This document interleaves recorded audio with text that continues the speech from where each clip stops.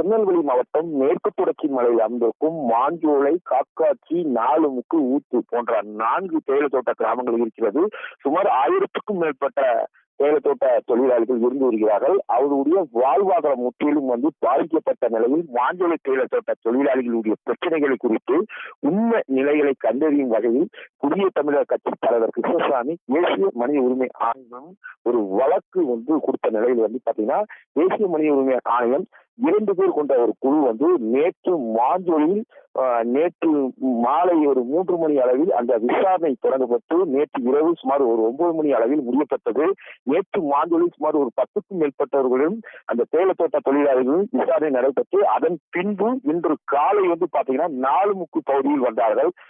அந்த தேசிய மனித உரிமை ஆணையம் அந்த 4 முக்கு தேயிலை தோட்ட தொழிலாளர்களும் தொடர்ந்து அங்கு விசாரணை நடைபெற்று தற்போது அந்த ஊத்தி என்ற பகுதியில் விசாரணையானது இப்போது நடைபெற்றுக் கொண்டிருக்கிறது.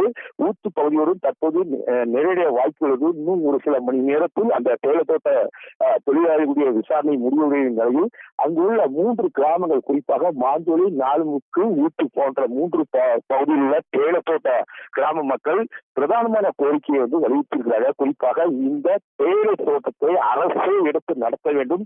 எங்களுக்கு வேற வாழ்வாதாரம் முற்றிலும் இல்லை. நாங்கள் இதை விட்டு வேறு எந்த வேலைக்கு செல்ல முடியாத ஒரு நிலை இருக்கிறோம். கடந்த 3 மாதங்களாக நாங்கள் வீட்டுக்குள்ளே முடங்கியிருக்கிறோம். எந்த வேலைக்கு செல்ல முடியாத ஒரு நிலை இருக்கிறது. எங்களுக்கு மாதம் ஒரு 10,000 ரூபாய் வழங்க வேண்டும் என்று அவர்கள் ஒரு கோரிக்கையாக இருக்கிறார்கள். தொடர்ந்து இந்த தேயிலை தோட்ட பகுதியில் தேசிய மனித உரிமை ஆணையம் தொடர்ந்து விசாரணை நடைபெற்றுக் கொண்டிருக்கிறது. இன்று இரவுக்குள் முடிய வாய்ப்புகள் இருக்கிறது. நாளை டிபிடிசி நிர்வாகத்துடைய அந்த நிர்வாகத்தில் விசாரணை நடைபெற இருப்பதாக ஒரு தகவல் கூட வெளியாகி உள்ளது. தொடர்ந்து விசாரணை நடந்து கொண்டிருக்கிறது.